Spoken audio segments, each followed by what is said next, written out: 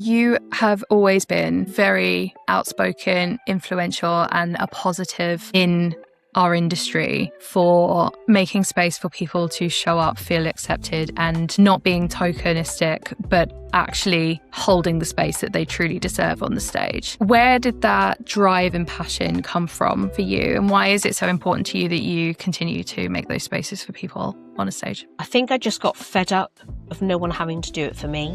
Welcome to Finding My User Manual, a podcast all about learning to be human when no one gave you the instructions. My name is Tigz Rice and I am an empowerment photographer based in London, UK. And today I am thrilled to be connecting you with Lily SnatchDragon. How are you? Hello, I am very good. Always nervous, but I'm really excited to be here. I am so grateful that you're here, and thank you for being up at what is known in the cabaret industry as the crack of dawn. It might be 10 o'clock, but most of us are not functioning at this time of day. So I appreciate you making this time. Thank you so much. It was worth the sacrifice, to be honest. I was just thinking, like, I've got so much left. I'm going to have so much of the day left when we're done, and I don't know what to do because I'm never up early enough to do anything. So I'm quite excited. Got a whole fucking day. What am I going to do? I feel exactly the same. I normally don't start until now. Well, it's 10 recording now, local time. And I would normally just be starting my day. So the fact that I'm going to be finished at 2:30 today and have so many daylight hours left, I feel like I'm going to have to force myself to leave the house and actually enjoy it because I'm never going to get this many hours. I think you have to. No, you're not. And then the one day that you're going to want to do something, you know it's going to rain. Absolutely. Well, let me start by introducing you to everyone in the audience who may not yet have had the pleasure of meeting you. Lily SnatchDragon is an international award-winning political comedy drag queen, burlesque artist, and compere whose stage presence never fails to entertain. Her sharp, unapologetic approach to challenging how the West stereotypes Southeast Asian women earned her Best Newcomer at the London Cabaret Awards in 2015, and she has remained a powerful force in the industry ever since. She has been in the top 10 UK most influential burlesque performers since 2015, including number 1 in 2017, and is currently ranked 19th in the entire world, which is a huge accomplishment.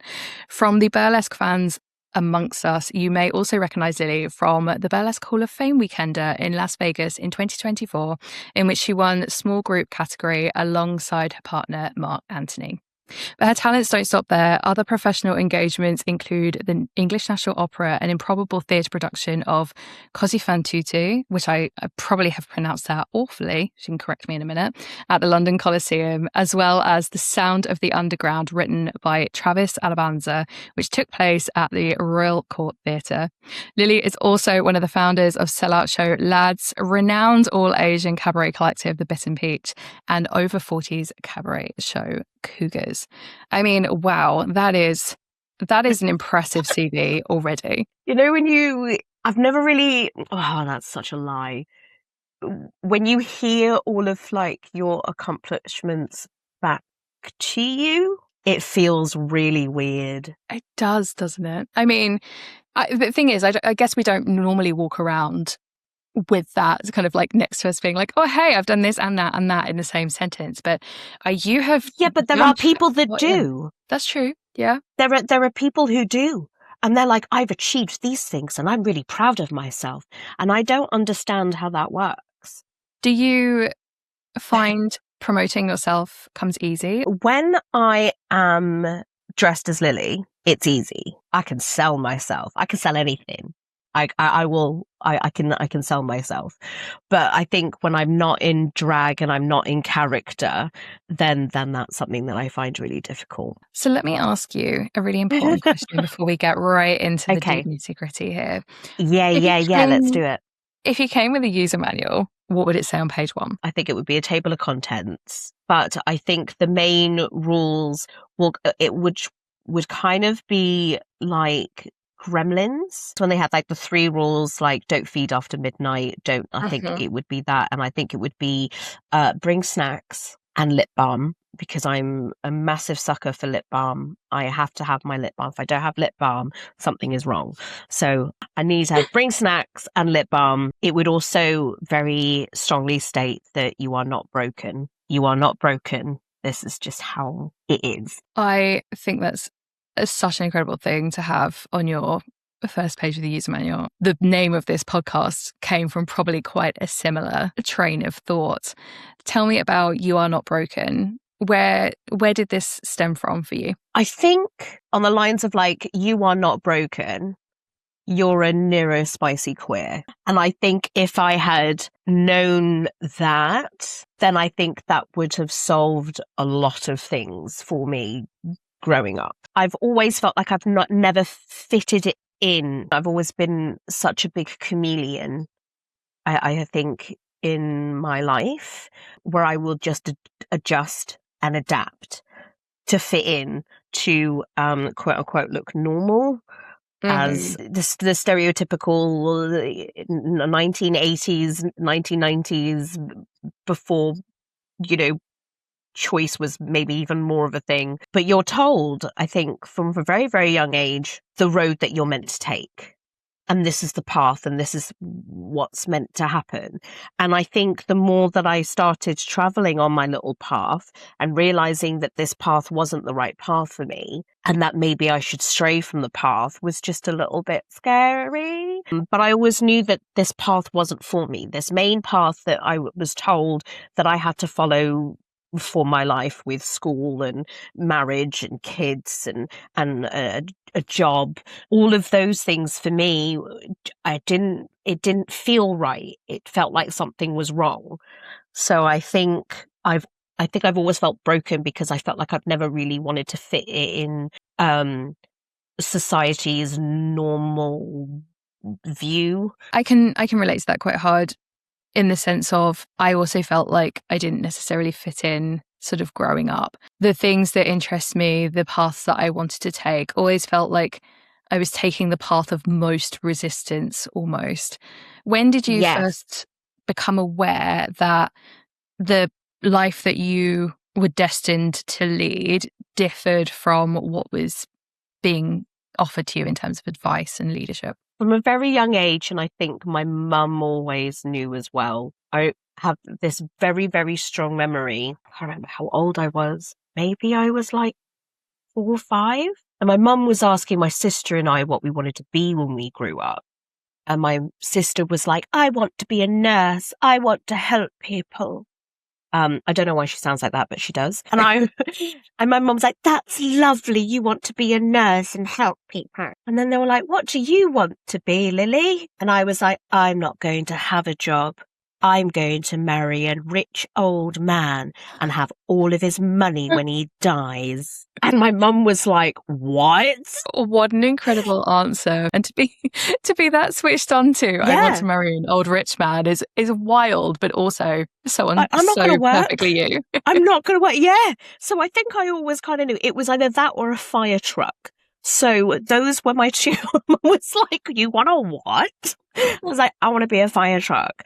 And I don't know whether like the subliminal message was I just wanted to be ridden by like firemen or men in uniform. I don't know what it was, but I knew that there must have been something that wasn't fitting right when your child doesn't want to be a doctor or an astronaut, but just wants to be a lady of leisure.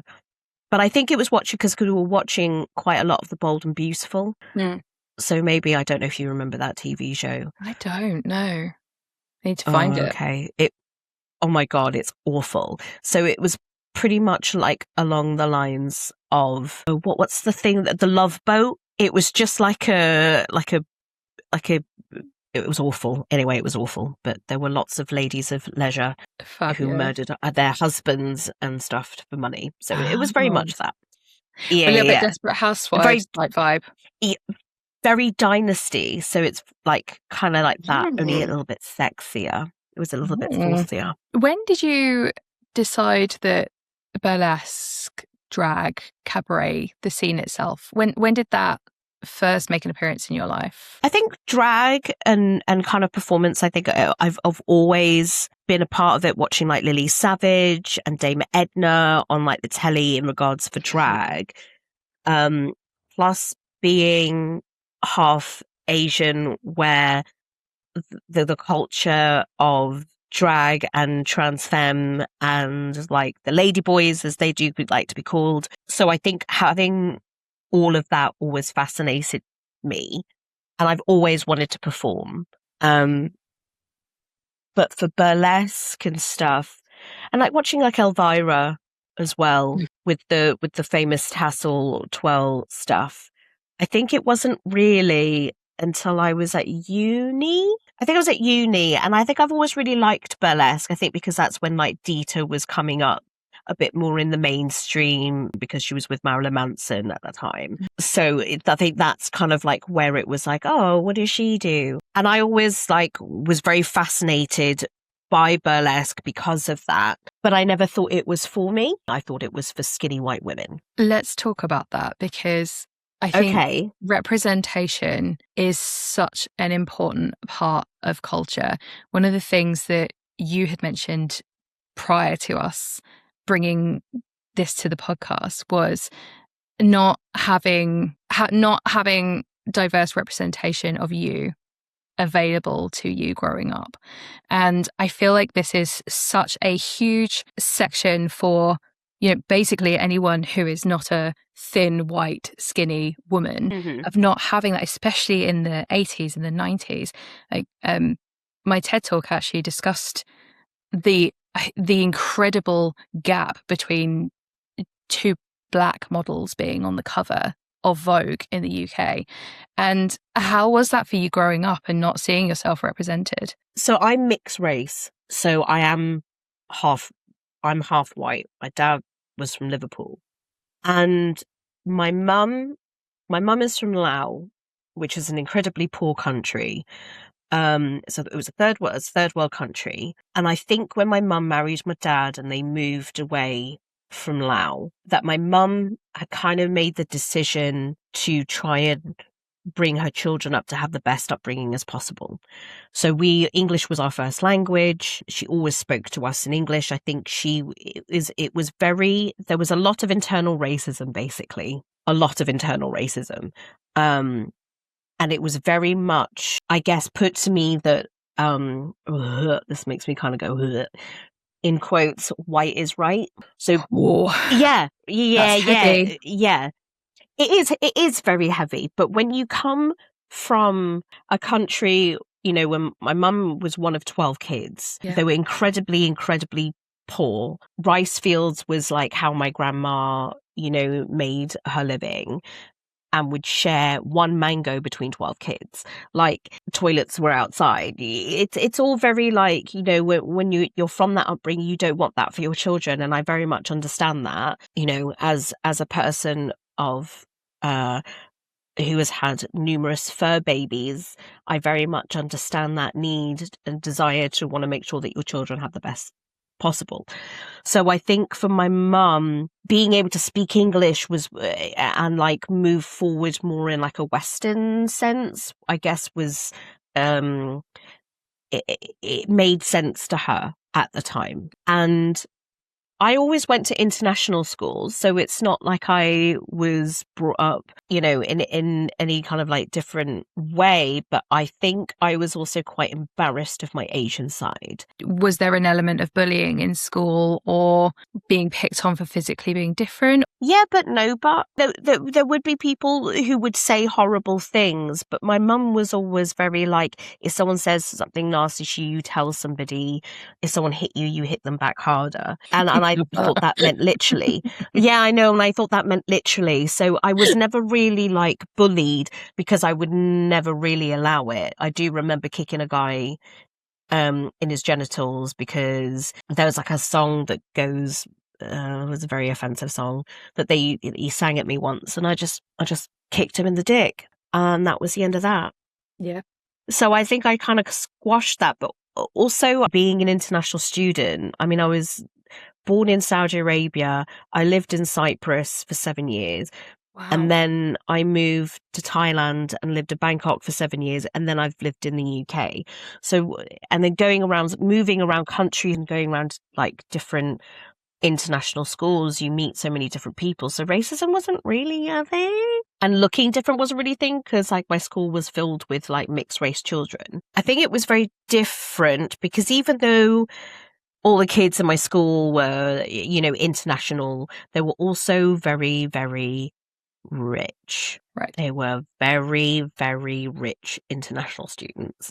And I was not the rich international student.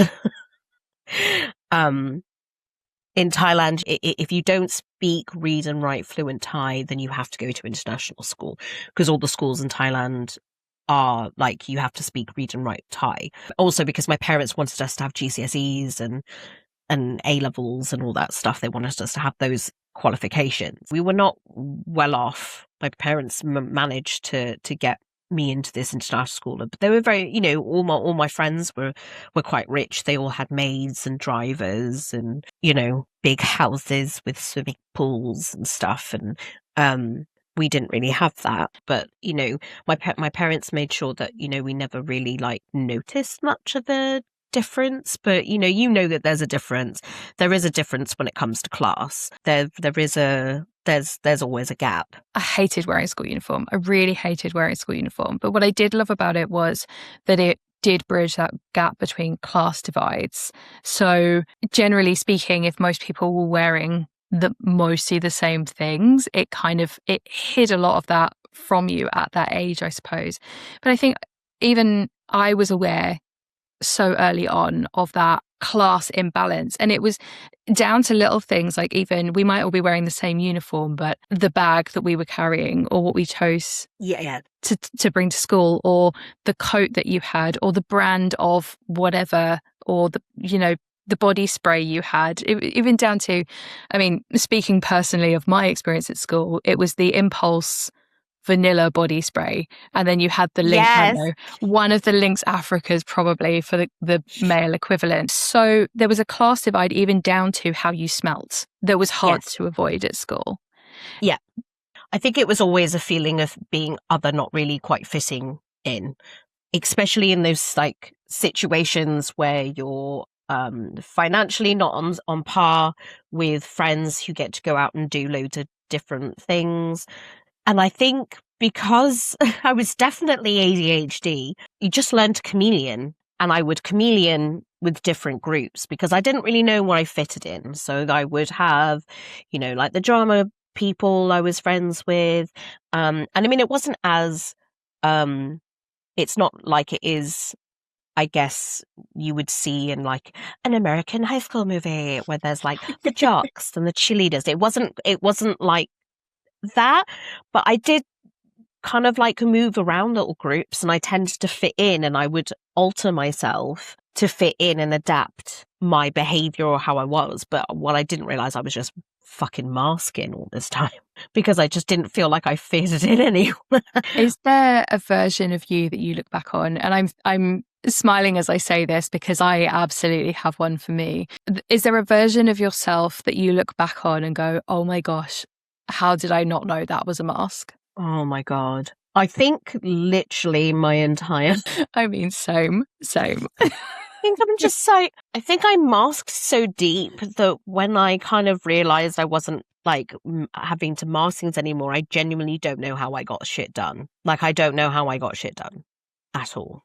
There is a distinct memory for me of being at I want to say I was in year 6 rather than year 7, because the borough that I went to school in, you went up at year 8 rather than year 7, which I know is quite different for a lot of the UK. And we had a school leavers disco because a few people were moving to a different borough. And I remember having a conversation with my mum about what I was going to wear for that party. And she was like, should we go out and get you an outfit? We can get you like a dress or something. And I was like, no, I've got this sorted. Now, she tried to convince me otherwise, but I turned up in my blue Chelsea t-shirt, football shirt, with bright purple jogging bottoms and neon orange Adidas Falcon trainers. And no one could convince me otherwise that this was not the best outfit that I could ever have planned. And I remember coming back home after that party, and I had another one the next day to go to, and saying to my mum, we need to go shopping. I need something else. And that was for me the sort of moment of realization that maybe throwing my favorite 3 items together did not constitute an outfit. It just was dopamine joy for me. And yeah, I sometimes wonder how I got to 39 without a diagnosis, if I'm being truly honest. yeah. Where did burlesque fit in for you? Was it straight out of university? Did you have something else? Or I say university, through I didn't even education. answer the fucking question. You asked me about burlesque and I went off on a thing and I didn't even answer it. Hey, it was wonderfully valid and all great information. So I totally forgot that was even the question about how I got into burlesque. Oh my God. I was always interested in it because of Deeds upon Tees, and I liked the stripping. I thought it was sexy.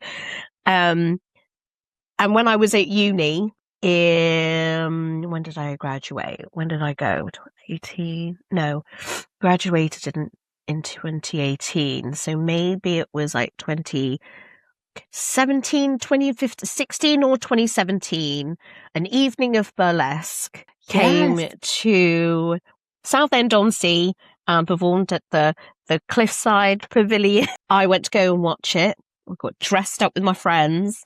We had real cheap seats right at the top at the back. And I believe Miss Polly Ray was hosting and Hot Cake Kitty was performing and Chrysalis, I think.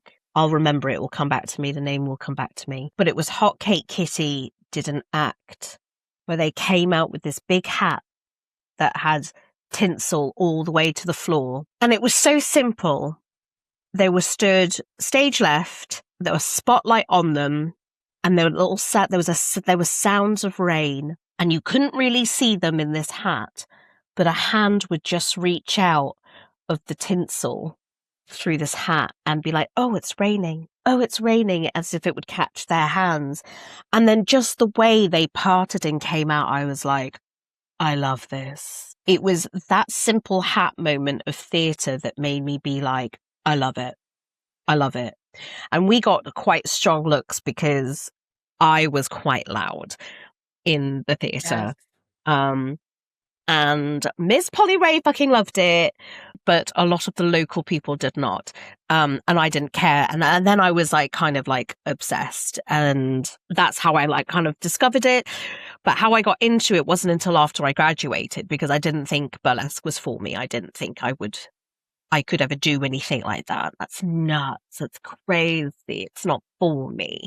But after I graduated and finally moved to London, it's a very, very long story, but a very long story short is Ruby with 3 Ys Jones moved into the house that I was living at in London when I moved. And when I asked them what they did, they were like, oh, I'm a voiceover actor, but I also do burlesque. And I was like, what? Because this was the first time I'd seen somebody with a similar body shape to me that said that they do burlesque. And I was like, I don't understand what you're talking about. This is nuts. And they invited me to a show that they were doing at the World's End in Finsbury Park. And it was the Save Ruby Jones review. And they said, come and see a show. We're doing it this Friday. Come with my friend. So my friend and I went. It was very, very late. We were very late because I was freaking about what to wear and how to fit in. What do you wear and what do you do? And I saw most of this show. And I was like hooked. And then once Ruby moved in, I was like, I've always wanted to do burlesque, but I didn't think it was for me. I thought it was for skinny white women. And they were like, no, it's not. That's not who it's for. Do you want to do burlesque? Let's do it. And I was like, whoa. So then I was like introduced into this world with Lolo Brow, me, the drag queen, Ruby Wednesday. What a crowd. Miss Cairo. What a crowd. And then I was introduced into the family feast. And I guess the rest was kind of history. Do you know, actually, I have to say, when I briefly did a stint in the burlesque world as Raven 6, I guess I hadn't really considered at the time. I don't think I'd paid attention necessarily to the fact that I was going in as what I hate the term plus size, but I would have been considered plus size in the industry. Yeah. And if I'm truly being honest, the representation I had seen was Dirty Martini, who had come over on an international trip. I remember it's underneath Charing Cross Station. There is a theatre. Never remember what that place is called. And so Dirty had come over with Julie Atlas Muse. And oh gosh, I remember it. Names will come back to me again later, I'm sure. But it was all the Americans had come over. Yes. And it was all of the Coney Island kind of New York collective creative. And it was the most diverse range of bodies I had seen, but diverse bodies, diverse ways of being considered sexy, I suppose, as well, rather than what I had seen mostly in the London scene at that time that was predominantly classical or neoclassical, burlesque, the sparkles, the diamantes, the absolutely toned figures. My body has changed and fluctuated so much. I am the most prime example of a body being a living, breathing organism. And maybe just even seeing Dirty Martini in existence was enough for me to go, you know what? Like, I've got this. Yeah. Was there any apprehension coming in? Oh my God. I had actually never even really gotten changed in front of people before. So, the whole thing was fucking terrifying. But very much like you, I walked into this show only ever really seeing classical burlesque, especially with an evening of burlesque. Most of it was quite classical neo, but still in a very classical style. To then going to this like tiny freaking pub in Finsbury Park where me, the drag queen, who was then known as Mr. Mistress, was doing an act about equal marriage, but to how much is that dog in the window? Like, I was like, what the fuck is this? And seeing Ruby with 3 Ys and a similar body shape being so sexy on stage and like just had the crowd in the palm of their hands. And I was like, yes. And it actually wasn't until Aurora Galore performed, because I could feel her energy. She started at the back of the room, and the energy of this woman, I was like, God, what is that? And I turned and looked, and it was Aurora just waiting with her fans. And she did Marry the Night, and I watched her on stage do fans and then fire. And I was like, I want to do that. I want to do that. Oh, she had a way with feather fans that I have never, ever seen anyone perform. Not like that, not then. No, there was no one like that. No. And I remember booking her and paid her for a private class to learn how she did fans, because honest to God, at that time, no one in the world was doing fans like she was. No, they weren't. Behavior. Absolutely not. Yeah, it really was. Her energy was genuinely, it was radiating to the point where I felt like I was shaking.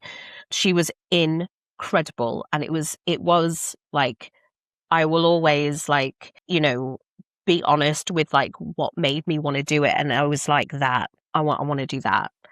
So I knew that I was always different, but then again, I was also into this group of 7 like weirdos, effectively. When you've got me, the drag queen, Lolo Brow, come on now, bourgeoisie. You've got Ruby with 3 Ys, Miss Cairo. I was put into a group of weirdos. Having taken a step back from the stage to be photographing the stage, it was an incredible time to see diverse, to see different, to see unexpected.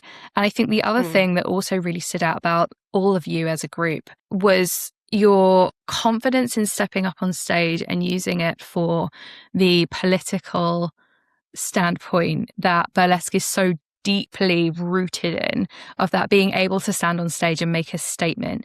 And you've always, in my opinion, used that stage to really say what you've wanted to say with your art.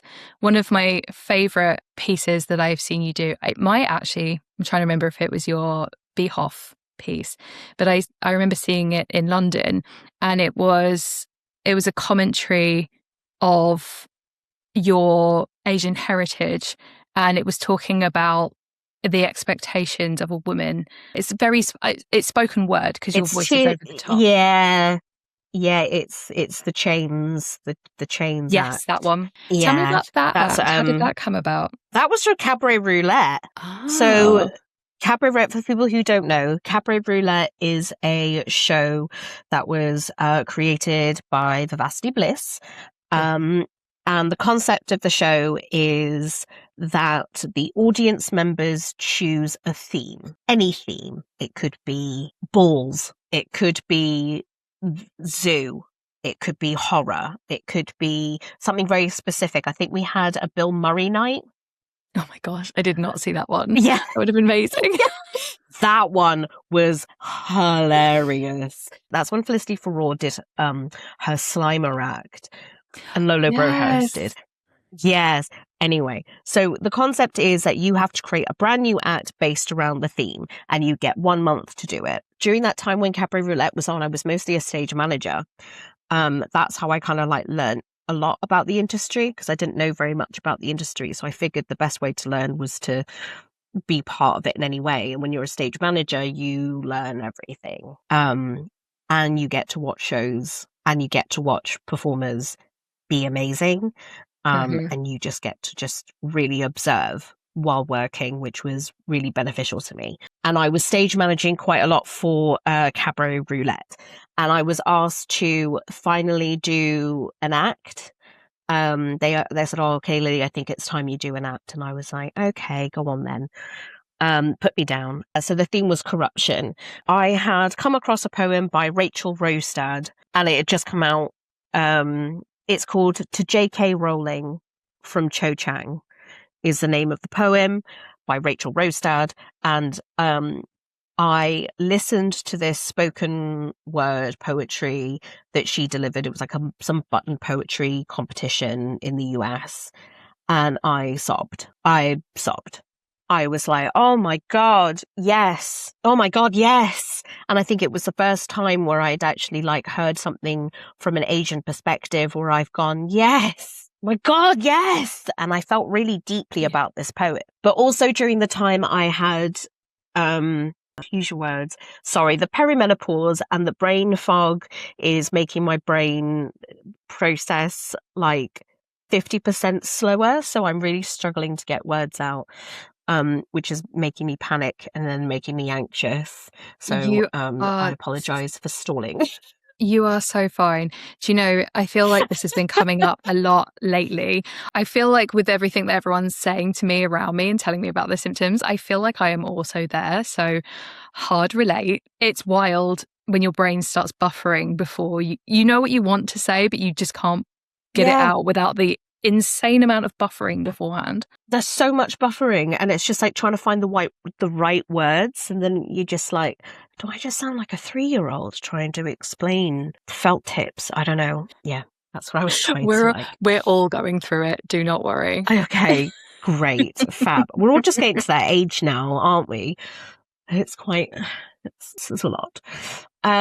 Yes. So this poem, Corruption, and at the time, Lily. I'm trying to work out how to explain this without going through a 16 billion stories as well. But Ty Lily was my most popular with the stage management.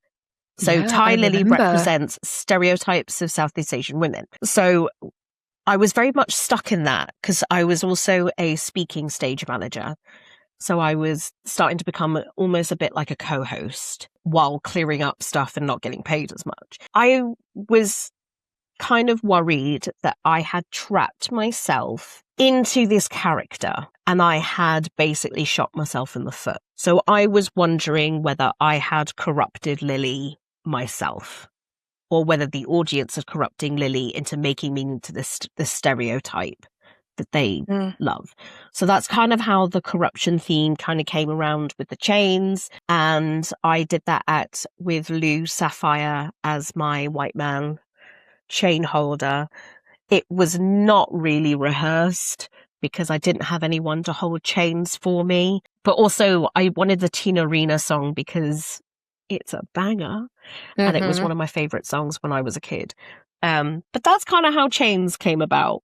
It was meant to be a one-off act thing, but I don't do that. I've never done that. In any cabaret roulette act I've done, I've like made sure it's an act that I continuously do. I think it is such a powerful piece. And you know, if anyone is watching this or listening to this and is like, I need to see it, can it be found on YouTube or can it be found on your socials anywhere? Yeah, it's on YouTube, also on the BHOF website where you can watch like the videos. I think you can play it back as well. There, I have now retired that act. Oh, have you?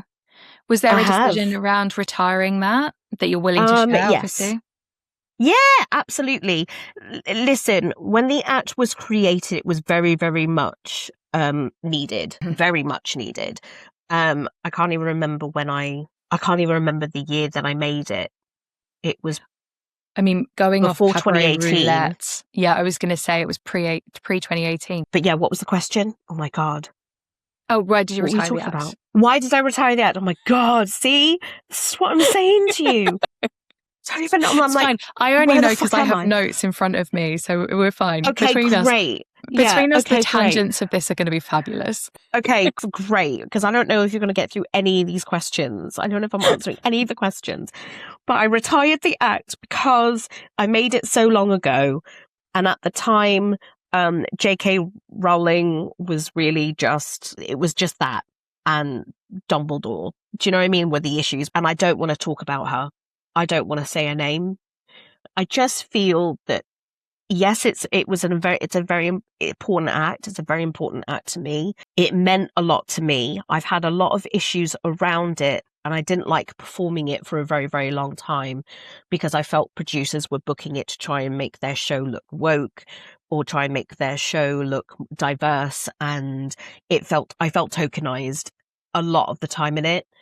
There are times where I've refused to do the act because I don't have a person to hold the chains for me and don't just want willy-nilly, and I've been unbooked for shows because I wouldn't do it. Also because I'm using real chain. I'm using 3 meters of real chain. These chains can literally snap my wrists, and having somebody who doesn't know my movements or how it works is literally a health and safety thing.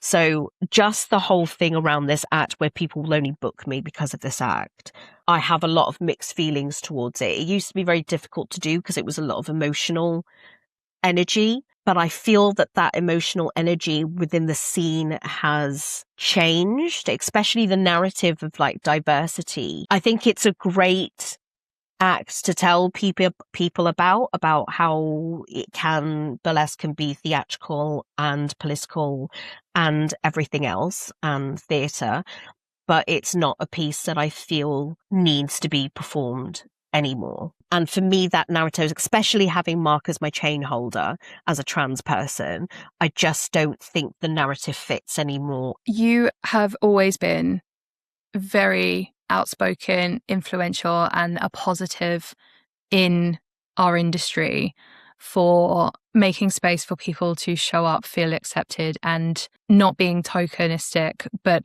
actually holding the space that they truly deserve on the stage. Where did that drive and passion come from for you? And why is it so important to you that you continue to make those spaces for people? I think I just got fed up of no one having to do it for me. And I think my mum has always been a big drive of like, well, if no one's going to do it, then you do it. I think that's why I couldn't really make it as an actor, because a lot of that's kind of based around going to auditions and waiting for people to pick you. I didn't want to wait to be picked. I have no patience. I'm a Gemini. That's not happening. I don't want to wait for the phone to ring. And I didn't want other people to have to wait as well. I don't know if that's like the ADHD, the injustice monitor. Yeah. Do you know what Justice warrior. Yeah, absolutely. Yeah.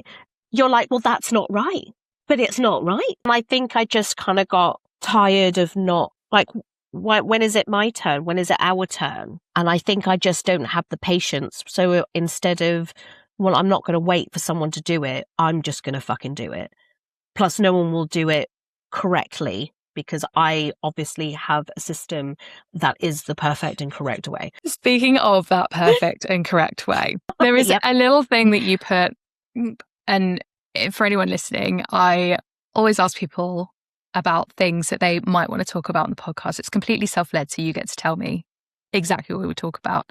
And one of the things that you put on the form was, do not sit down. You will not do the thing you are meant to do if you do.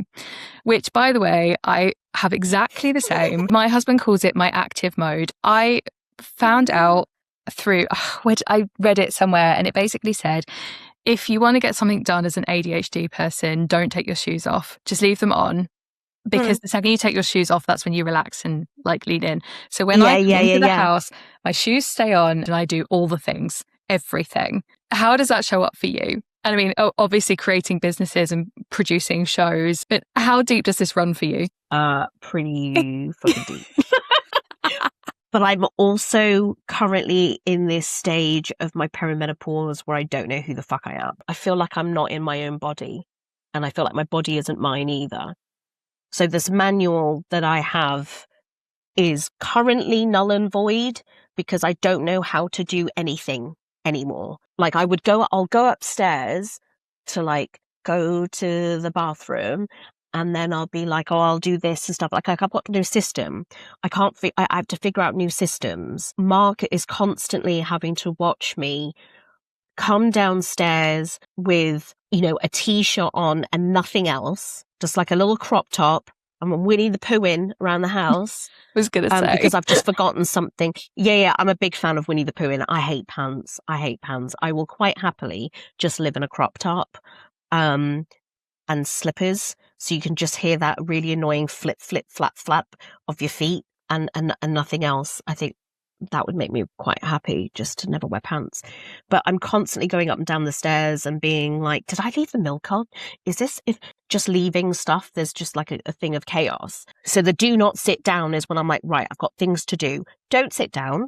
Don't sit down. If you sit down, you're going to disassociate. If you disassociate, then you're just going to not remember all the things you have to do. And then you're just going to lie there for about an hour and then realize you've done nothing. I can relate to this. All of it.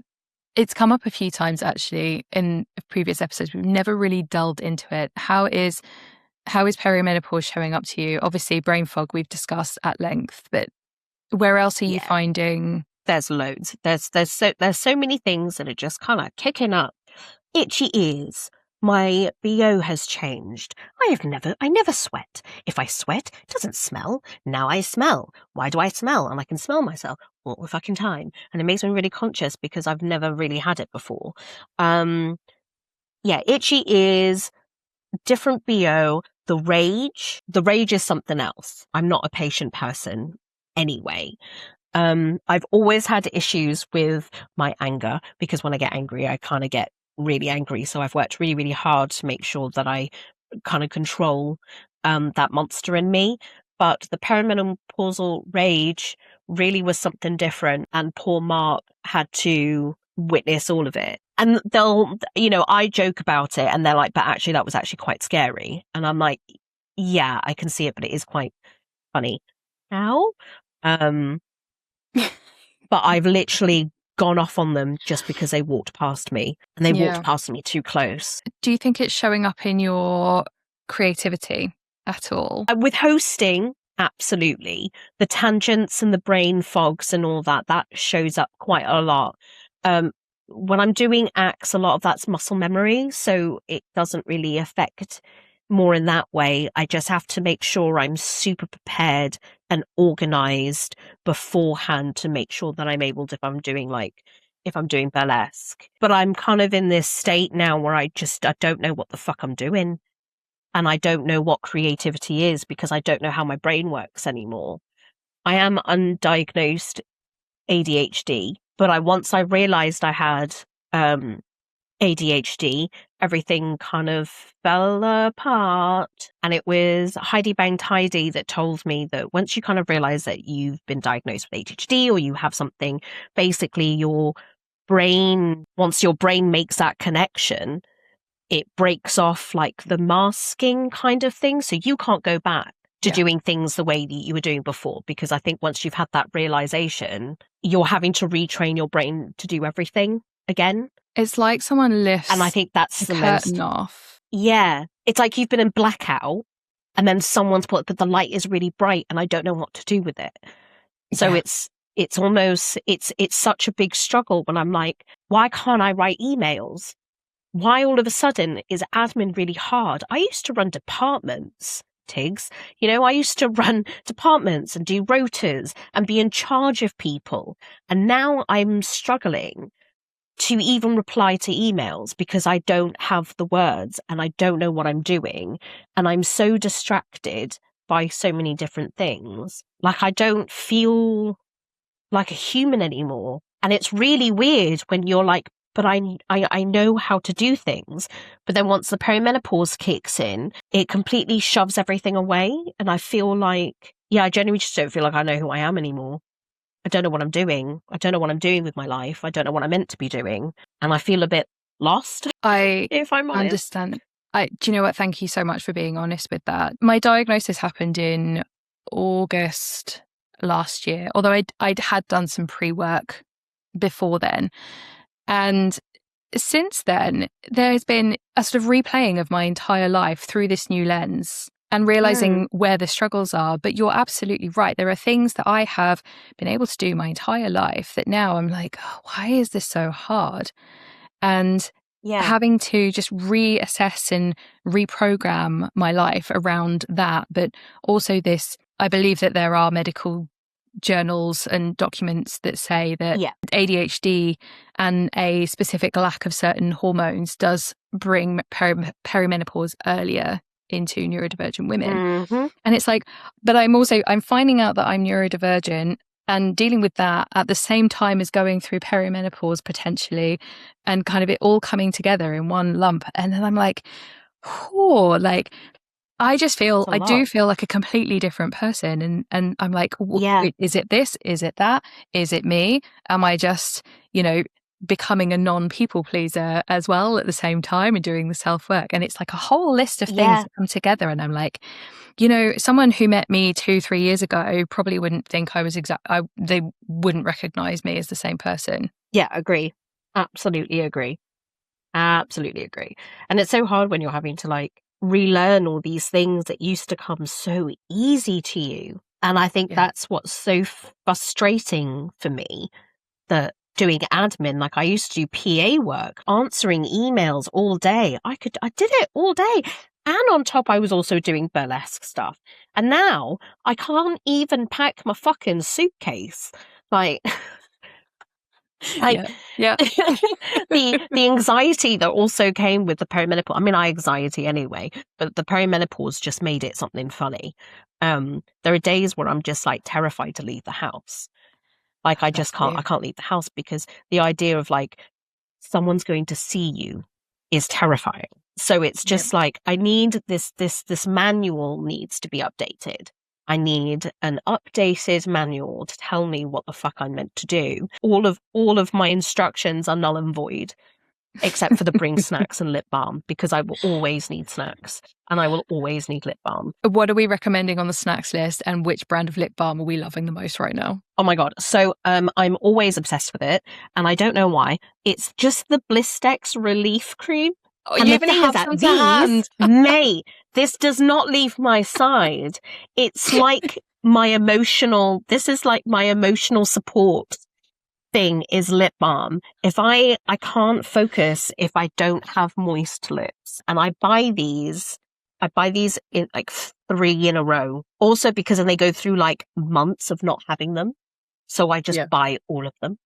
So I buy all of them so I always have them. I think it's the menthol-y stuff, and it's quite creamy. I don't know what it is about it, but there's something that's like really satisfying to my brain. I don't know if I've got any other spiciness in me, but this must this. And snacks, listen, I am a guilty freak for mystery dry meat. I Oh. love. You get them in Aldi. They're just like little meat sticks, like dried meat sticks, and they come all in one motherfucking loop. Mate, I will sit there and I will eat the whole damn packet without letting the loop break. You just sit there and just yeah. I listen. I love a saucisson. I love. We're just going to start sending each other random WhatsApp pictures of saucisson Yes, in yeah, supermarkets. yes, yeah. A fresh loaf of bread and some mystery meat and some baby bell. That's all I need. And maybe some, some baba ganoush. Oh, I want to be invited. I love picnic foods. I love picnic foods. Picnic dinners are like my favorite thing to do for like shows, but I will always have snacks. If we're going to a show, I've got snacks. I've got crisps in my bag. I've got sweets because I really enjoy eating a packet of crisps while I'm looking at tits. It's something that I really enjoy. Just like a snack. That's amazing. I will always have snacks. So if you're ever at a show and you're like, God, I'm a little bit peckish, if I'm there, I've got snacks. I hoard snacks in my bag because I'm scared about being hungry. Well, for anyone who might want to seek you out in the wild, where can they find more of you? I'm not going to lie. I don't post very much. I actually really, really hate social media. I really hate social media. I'm not very good at it. And my brain isn't allowing me to do things. But yes, I am on social media, on mostly Instagram. I only use Facebook to contact my mum. I'm doing the Stockholm Burlesque Festival. Oh. I'm doing the Newcastle Burlesque Festival. Yeah, I've got some really good things coming up. I will make sure that they're in the show notes so that you can reach out.